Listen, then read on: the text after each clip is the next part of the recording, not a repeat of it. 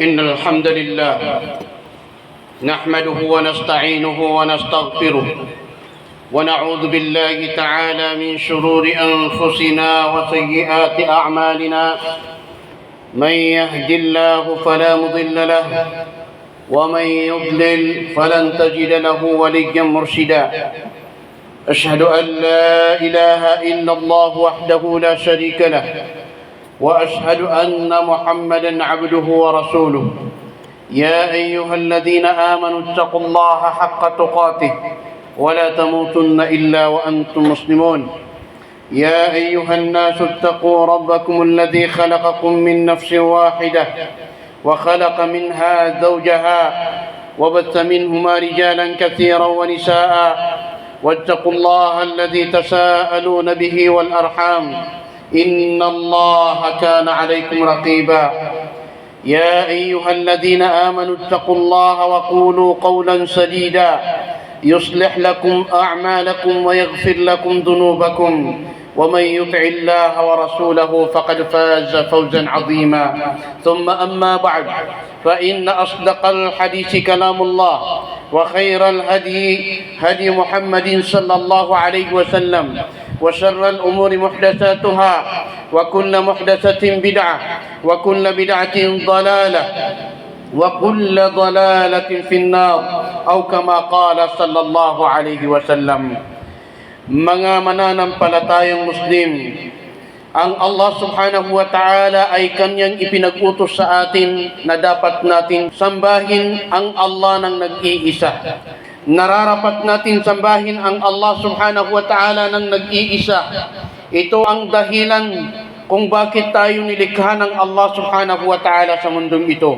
Sinabi ng Allah subhanahu wa ta'ala, وَمَا خَلَقْتُ الْجِنَّ وَالْإِنسَ إِلَّا لِيَعْبُدُونَ. Hindi ko nilikha ang mga jin, mga inkanto at ang sangkatauhan maliban na sila ay sasambahin nila ako. Ito ang utos sa atin ng Allah subhanahu wa ta'ala dahil ito ang ugat at sentro ng lahat ng mga gawaing ipinag-utos sa atin ng Allah subhanahu wa ta'ala. Kinakailangan natin sambahin ang Allah dahil siya ang dakilang tagapaglikha at kailanman ay hindi nagkaroon ng katulad at kailanman ay hindi nagkaroon ng katambal ang Allah subhanahu wa ta'ala. Ang unang paanyaya na ipinarating ng mga propeta ay ang pagsamba sa Allah subhanahu wa ta'ala. Ang paniniwala sa kaisahan ng Allah subhanahu wa ta'ala. Ang paniniwala sa kaisahan ng Allah subhanahu wa ta'ala ang siyang unang utos sa atin ng Allah subhanahu wa ta'ala at dito nakasalalay ang ating mga gawa sapagkat kapag ito ay naging katanggap-tanggap sa Allah, kapag nagawa natin ito ayon sa kung ano ang nabanggit sa Quran at ayon sa mga gawa ng ating mahal na propeta sallallahu alaihi wasallam, magiging tama o katanggap-tanggap ang lahat ng ating mga gawain para sa Allah subhanahu wa ta'ala. Ang ating relihiyon ay nakabatay sa paniniwala sa kaisahan ng Allah subhanahu wa ta'ala. Sinabi ng propeta sallallahu alaihi wasallam, "Bunyal Islamu ala khamsin." Ang Islam ay nakabatay sa 5 haligi. Ang una rito ay ang paniniwala o pagsaksi na walang dapat sambahin o walang Diyos maliban lamang sa Allah subhanahu wa ta'ala at ang paniniwala na si Propeta Muhammad sallallahu alaihi wasallam ay sugo ng Allah. Kaya mga alipin ng Allah subhanahu wa ta'ala, dahil ang dahilan ng pagkalikha sa atin dito sa mundo ay ang pagsamba sa Allah, kinakailangan nating isabuhay ito. Utos sa atin ng Allah subhanahu wa ta'ala na isa katuparan ang pagsamba sa Kanya sapagkat ito ang dahilan kung bakit tayo naririto sa mundong ito. Kaya mga alipin ng Allah, ang mga propeta, kanilang inutusan ang kanilang mga pamayanan. Tinatawag nila ang kanilang mga pamayanan, "Ya qaumi abudullah," o aking mga pamayanan, sambahin ninyo ang Allah. Kaya nararapat natin sambahin ang Allah subhanahu wa ta'ala. Ang kahulugan ng pagsamba na dapat nating gawin sa mundong ito ay tulad ng sinabi o nabanggit ni Sheikhul Islam Ibn Taymiyyah rahimahullahu ta'ala, kanyang sinabi, al-ibadatu ismun jami'un likulli ma yuhibbuhu Allah wa yardah min al-aqwali wal a'mali adh-dhahirati wal batinah. Ang ibig sabihin ng pagsamba o ibadah ay ito ay nasasaklaw ang bawat uri o bawat bagay na kung saan ito ay minamahal ng Allah, ito ay gusto ng Allah at ikalulugod ng Allah mula sa mga pahayag at mga gawa na hayag at lihim.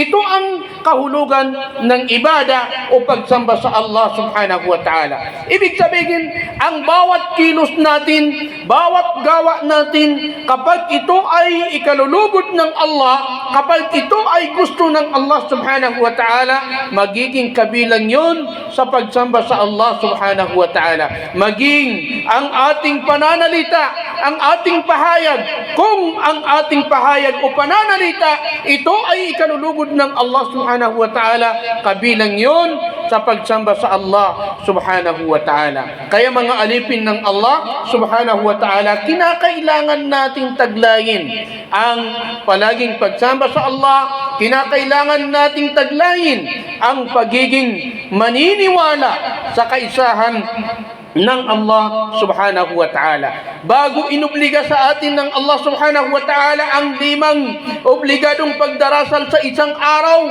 ay inobliga muna sa atin ng Allah subhanahu wa ta'ala ang paniniwala sa kaisahan ng Allah subhanahu wa ta'ala. Nagkaisa ang mga propita mula kay Nuh alayhi salam hanggang kay propita Muhammad sallallahu alayhi wasallam. Nagkaisa sila sa paanyaya, at ang kanilang paanyaya sa kanilang mga pamayanan ay ang pagsamba sa Allah subhanahu wa ta'ala, ang paniniwala sa kaisahan ng Allah subhanahu wa ta'ala. Nanatili ang ating mahal na propita sallallahu alayhi wasallam sa Makkah sa loob ng 13 taon, at ang kanyang paanyaya sa mga tao ay ang paniniwala sa kaisahan ng Allah, pagsamba sa Allah subhanahu wa ta'ala, at pagkatapos nito ay kanyang ipinag-utos sa kanyang mga pamayanan ang pagsasagawa ng pagdarasal at ang pagbibigay ng kawanggawa o pagbibigay ng zaka, at ganun din ang pag-aayuno sa buwan ng Ramadan, hanggang sa ipinag-utos sa kanila ang pagsasagawa ng mga ritual ng Hajj. Kaya mga alipin ng Allah subhanahu wa ta'ala, una natin dapat isabuhay sa mundong ito ay ang paniniwala, maging tama ang ating paniniwala sa kaisahan ng Allah. Ang unang obligasyon natin ay isakatuparan ang pagsamba sa Allah subhanahu wa ta'ala. Kaya mga alipin ng Allah, ang paniniwala sa kaisahan ng Allah at ang pagsamba sa Allah subhanahu wa ta'ala, ito ay habilin ng mga propita. Habilin nila sa kanilang mga angkan. Sinabi ng Allah subhanahu wa ta'ala, وَوَصَّى بِهَا إِبْرَاهِيمُ بَنِيهِ وَيَعْقُوبَ يَا بَنِيَّ إِنَّ اللَّهَ اصْطَفَى لَكُمُ الدِّينَ فَلَا تَمُوتُنَّ إِلَّا وَأَنْتُمْ مُسْلِمُونَ. Inihabilin ni Ibrahim alayhi salam sa kanyang mga anak, sa kanyang angkan. Ganon din si Yaqub, kanyang ginawang habilin ito sa kanyang mga anak. O aking mga anak, tunay na ang Allah subhanahu wa ta'ala ay kanyang pinili para sa inyo ang relihiyong ito, ang Islam, at huwag kayong mamatay maliban kung kayo ay mapabilang sa mga Muslim, kayo ay mapabilang sa mga taong naniniwala sa Allah subhanahu wa ta'ala. Kaya mga alipin ng Allah subhanahu wa ta'ala, kinakailangan isabuhay natin ito. Paniwalaan natin ang kaisahan ng Allah subhanahu wa ta'ala at sambahin natin ang Allah subhanahu wa ta'ala ng nag-iisa, walang katambal, walang katulad. Huwag tayong gumawa ng anumang pagtatambal sa Allah subhanahu wa ta'ala. Iwasan natin ang anumang uri ng pagtatambal sa Allah subhanahu wa ta'ala, maging ito ay malaking pagtatambal sa Allah o ito ay maliit na pagtatambal sa Allah subhanahu wa ta'ala. Iwasan natin ito dahil sinabi ng Allah subhanahu wa ta'ala, inna Allah la yaghfiru an yushraka bihi wa yaghfiru ma duna dhalika liman yasha. Tunay nang ang Allah ay hindi niya mapapatawad ang pagtatambal sa Kanya.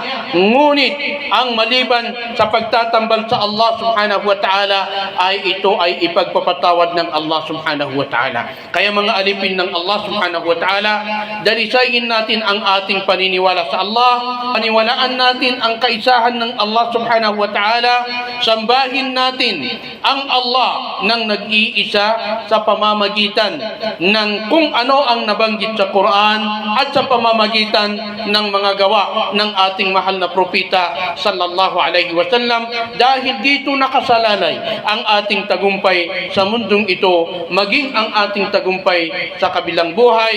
Barakallahu li wa lakum fil Qur'anil azim wa nafa'ani wa iyyakum bima fihi min al ayati wadh-dhikril hakim. Aqulu ma sami'tum wa astaghfirullah li wa lakum wa li sa'iril muslimina min kulli dhanb fastaghfiruhu innahu huwal ghafurur rahim. Alhamdulillah alladhi hadana lil Islam wa ma kunna linahtadiya lawla an hadana Allah. أشهد أن لا إله إلا الله وحده لا شريك له وأشهد أن محمدا عبده ورسوله صلوات الله وسلامه عليه وعلى آله وصحبه ومن دعا بدعوته واستنى بسنته إلى يوم الدين وبعد.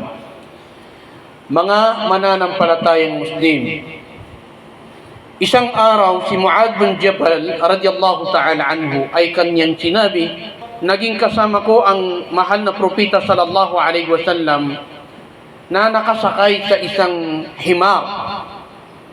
At sinabi sa akin ng propeta sallallahu alaihi wasallam, "Ya Mu'adh, atadri ma haqqullahi 'ala al-ibad wa ma haqqul ibadi 'ala Allah?" Alam mo ba kung ano ang karapatan ng Allah sa mga alipin at kung ano ang karapatan ng mga alipin sa Allah? Sinabi ni Mu'adh bin Jabal, Allah wa rasuluhu a'lam. Tanging ang Allah at ang kanyang sugo ang nakakaalam. Kaya sinabi ng propeta sallallahu alaihi wasallam, haqqullahi 'alal ibad an ya'buduhu wa la yushriku bihi shay'a. Ang karapatan ng Allah sa mga alipin ay sambahin nila ang Allah at hindi nila ipagtatambal sa kahit kaunting bagay lamang. At ang karapatan ng mga alipin sa Allah subhanahu wa ta'ala, alla yu'adhiba man la yushrika bihi shay'a. Hindi niya parurusahan ang taong walang ginawang pagtatambal sa Allah kahit sa kaunting bagay lamang. Kaya mga alipin ng Allah subhanahu wa ta'ala, iwasan natin ang anumang uri ng pagtatambal sa Allah subhanahu wa ta'ala. At sambahin natin ang Allah, paniwalaan natin ang Allah subhanahu wa ta'ala. Maging sa pagdating natin sa ating mga libingan, ang unang itatanong sa atin, ulilitisin sa atin, ay ang ating pagsamba sa Allah, paniniwala sa kaisahan ng Allah subhanahu wa ta'ala. Itatanong sa atin ito, sa ating mga libingan, sasabihin sa atin, man rabbuka? Sino ba ang iyong Panginoon? Kanino mo ba inuukol ang iyong pagsamba? Kaya dapat natin ayusin ang ating pagsamba habang tayo ay nabubuhay sa mundong ito. Kinakailangan natin ayusin ito, kinakailangan natin dalisayin ang ating paniniwala sa kaisahan ng Allah subhanahu wa ta'ala bago tayong humantong sa ating mga libingan. Kaya mga alipin ng Allah subhanahu wa ta'ala, maging ang ating huling hininga sa mundong ito, ang utos sa atin ng Allah subhanahu wa ta'ala ay kinakailangan mapabilang tayo sa mga taong naniniwala sa kaisahan ng Allah. Sinabi ng Allah subhanahu wa ta'ala, Ya ayyuhalladhina amanu taqullaha haqqa tuqatih wa la tamutunna illa wa antum muslimun. O kayong mga naniniwala, katakutan ninyo ang Allah ng tunay na pagkatakot sa Kanya at huwag kayong mamatay nang hindi kayo mapabilang sa mga taong tunay na Muslim o naniniwala sa Allah subhanahu wa ta'ala. Kaya mga alipin ng Allah subhanahu wa ta'ala, sinabi ng propeta sallallahu alaihi wasallam, qulu la ilaha illallah tuflihu. Sabihin ninyo o bigkasin ninyo ang la ilaha illallah at tiyak na kayo ay magtatagumpay. Kaya kung nais natin ang tagumpay sa mundong ito, at ang tagumpay sa kabilang buhay, kinakailangan natin linisin ang ating paniniwala sa kaisahan ng Allah. Kinakailangan natin dalisayin ang ating pagsamba sa Allah ng nag-iisa. Kinakailangan maging tama ang ating pagsamba sa Allah subhanahu wa ta'ala. وقال ربكم ادعوني أستجب لكم آمين يا رب العالمين. اللهم اغفر لنا ذنوبنا وذنوب آبائنا وأمهاتنا ولأسرتنا ولجدنا ولجميع المؤمنين والمؤمنات والمسلمين والمسلمات الأحياء منهم والأموات برحمتك يا أرحم الراحمين. اللهم إنا نسألك الهدى والتقى والعفاف والغنى. اللهم إنا نسألك من الخير كله عاجله وآجله ونعوذ بك من الشر كله عاجله وآجله ما علمنا منه وما لم نعلم. اللهم انصر الإسلام والمسلمين. اللهم أعز الإسلام والمسلمين وأذل الشرك والمشركين ودمر أعداءك أعداء الدين. اللهم انصر إخواننا المسلمين المستضعفين في فلسطين. اللهم أعد مسجد الأقصى للمسلمين يا رب العالمين. اللهم احفظ بلاد الحرمين الشريفين المملكة العربية السعودية يا رب العالمين. وصل اللهم على حبيبنا محمد وعلى آله وصحبه وسلم تسليما كثيرا. وآخر دعوانا أن الحمد لله رب العالمين. وقوموا إلى صلاتكم.